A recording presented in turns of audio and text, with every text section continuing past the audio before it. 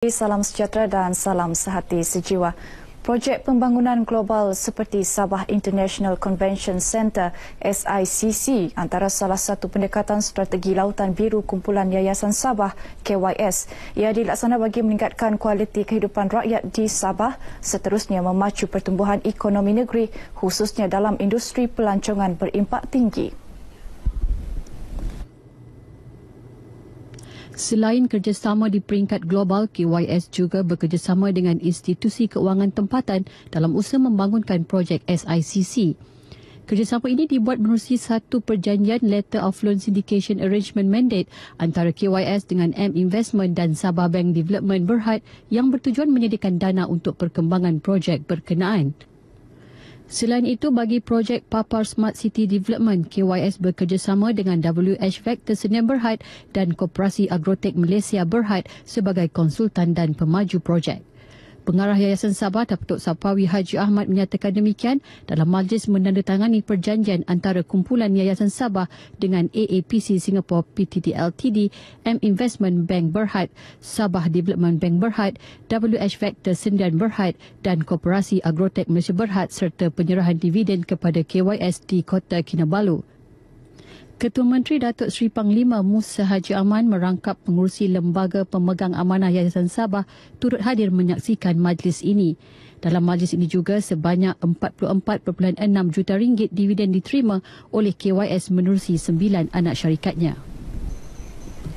Jabatan Kastam Negeri Sabah berjaya mengeluarkan bil tuntutan BOD bernilai 45.5 juta ringgit melebihi sasaran ditetapkan iaitu 30 juta ringgit menerusi operasi strategi lautan biru Kastam Ops Sibos.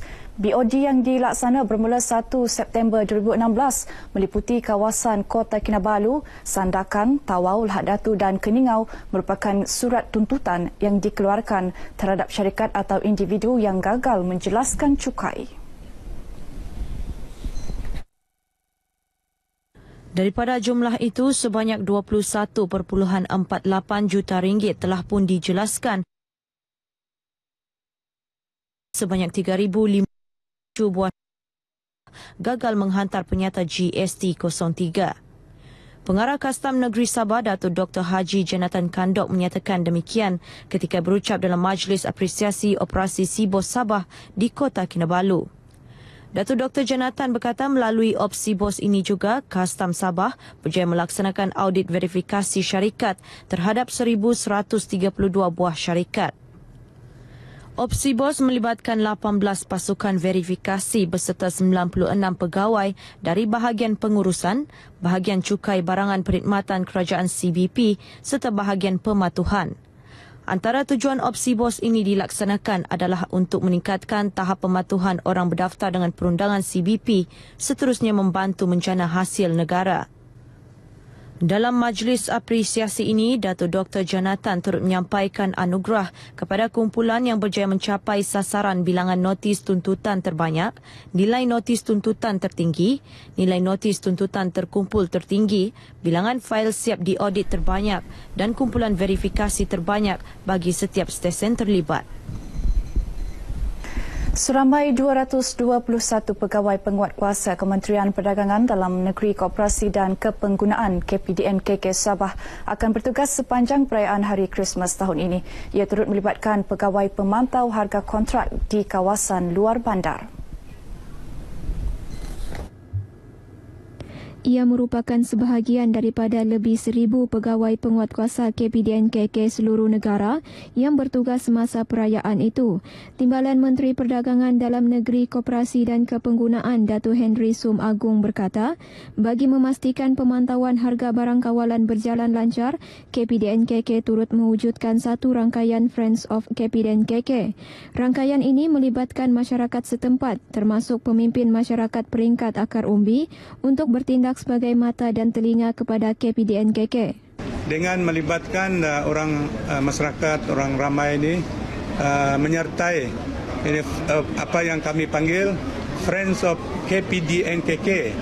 Kita kawan dengan kementerian, mana-mana yang menjadi anggota, dan selain daripada itu para ketua masyarakat, ketua kaum, pengulu dan lain-lain, wakil-wakil rakyat di peringkat akar umbi ini menjadi telinga dan mata pihak KPDNKK, dan mereka ini boleh menyalur maklumat ataupun melapor terus dengan pegawai-pegawai kita dan pejabat-pejabat kita di mana-mana sekalipun. Datuk Henry bercakap dalam sidang media selepas pelaksanaan skim kawalan harga musim perayaan Christmas 2016 di Kota Kinabalu. Sebanyak 14 jenis barangan makanan segar dikenakan kawalan harga selama 10 hari bermula semalam hingga 28 Disember ini. Antaranya ayam hidup, ayam standard, ayam super, ayam Belanda, kepak ayam, daging kambing biri-biri import, tomato dan lada benggala hijau.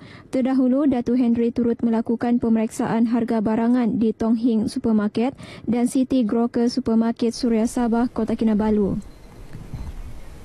Restoran Boreno's Fried Chicken BFC Asia City Kota Kinabalu diiktiraf sebagai restoran tanpa sampah. Sijil pengiktirafan diserahkan Pengarah Jabatan Kesihatan Persekitaran Bandaraya Kota Kinabalu, Robert Lipon, kepada pengurus BFC, Janice Yeo. Robert mewakili Mayor Bandaraya Kota Kinabalu, Datuk Yeo Boon Hai. Pengiktirafan ini sekaligus menjadikan BFC sebagai premis makanan ke-23 yang mendapat pengiktirafan premis tanpa sampah. Secara keseluruhannya, sebanyak 152 premis mendapat pengiktirafan tanpa sampah sejak kempen anti kutu sampah dilancarkan pada 2008. Berucap pada majlis ini, Robert mengingatkan pihak pengurusan BFC supaya memastikan restoran dan persekitarannya bebas sampah setiap masa. Jelas beliau, pengiktirafan premis tanpa sampah itu boleh ditarik atau ditamatkan sekiranya kawasan persekitaran dalam dan luar restoran mempunyai sampah sarap. Selain menyokong kempen anti kutu sampah, BFC turut aktif dalam program alam sekitar termasuk menjual minyak makan terpakai, penekanan terhadap aspek kebersihan, keselamatan dan kesihatan kepada warga kerjanya serta mengamalkan amalan 7 langkah mencuci tangan menggunakan sabun antiseptik. Baik, saudara, sekian berita dari Sabah petang ini. Teruskan dengan Redwin di Angkasa Puri. Silakan.